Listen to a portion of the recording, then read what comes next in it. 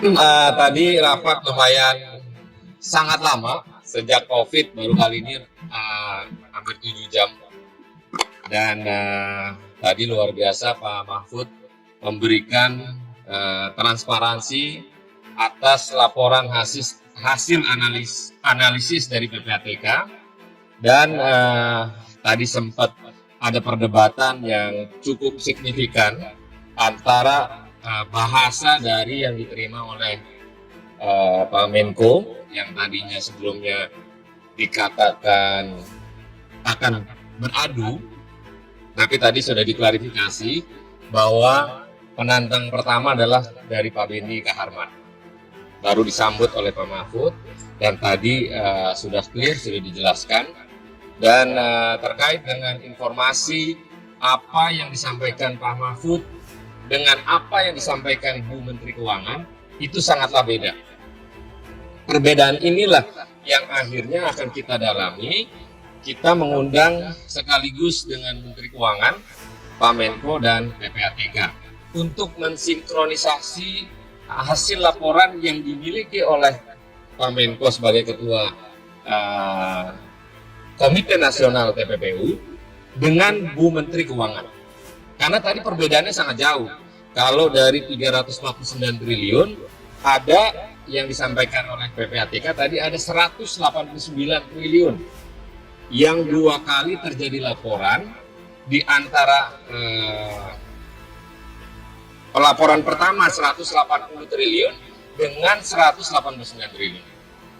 Jadi dua-duanya akan menjadi konfirmasi kebersamaan untuk menyelidiki lebih lanjut. Pengertian kami dengan Komisi 3, semula agak tegang, pertanyaannya berputar-putar, saling protes karena cara bicara, cara apa. Pada akhirnya tadi clear kami, yang penting ingin memajukan negara ini, dan sama pikirannya, ya. Tidak ada masalah karena ditanyakan sama, saya hanya menjelaskan aja. Ini datanya hanya ini, dan Kementerian Keuangan tuh hanya ambil satu biji dari sebongkah anggur, ambil satu biji lah, itu yang dijelaskan ke Komisi 11 gitu aja, tidak ada hal lain. Itu tafsiran saya, karena ternyata ketika surat yang tanggal 20 itu, surat yang tahun 2020 yang memperingatkan agar yang 2017 itu dilaksanakan, kok tidak dilaksanakan 2020 itu dibilang tidak ada. Loh, ditunjukkan sama PPATK, di suratnya ada ke Anda yang nerima. Lalu dicari, lah itu yang diterangkan oleh Bu Sri Mulyani, dari 15 entitas diambil hanya itu dan pajak, padahal ini dia cukai ini. Gitu. Agar tidak jadi misadministrasi. Karena yang tadi Pak Menko barusan sampaikan, itu kayak semacam pohon buah apel yang buahnya banyak tapi yang diambil hanya satu. Makanya perbedaan laporan antara Bu Menteri Keuangan dengan Pak Menko yang pegang datanya secara otentik, tadi ada ditinggalin, ada 300 surat yang diberikan oleh Bu Menko tapi tidak ditindaklanjuti. Maka itu datanya tidak sama dengan apa yang dimiliki oleh Bu Menko. Nah, dari sini sinkronisasi ini akan kita gabungin untuk sama-sama diketahui oleh publik, karena keterbukaan ini sudah dapat arahan dari Bapak Presiden. Nah, untuk menemukan tindak pidananya itu langkahnya masih panjang. Yang kita pengen tahu adalah sedetil apa yang ada transaksi yang diduga ada transaksi pencucian uang.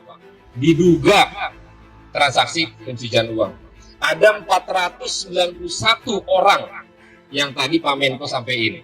Nah, maka itu kalau ada Bu Menteri Keuangan, ini akan kita sinkronisasi, kita sama-sama dudukin untuk menyajikan keterbukaan apa yang disampaikan oleh Pak Menko.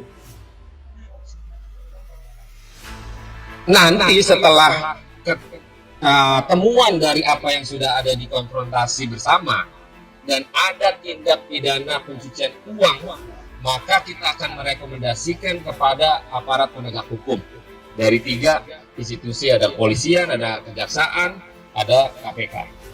Jadi sekarang ini belum bisa menentukan itu diduga pencucian uang benar, tapi belum ada tindak pidananya. Masih panjang nih ceritanya. Maka itu nanti kita akan rapat lagi bersama dengan 3 institusi.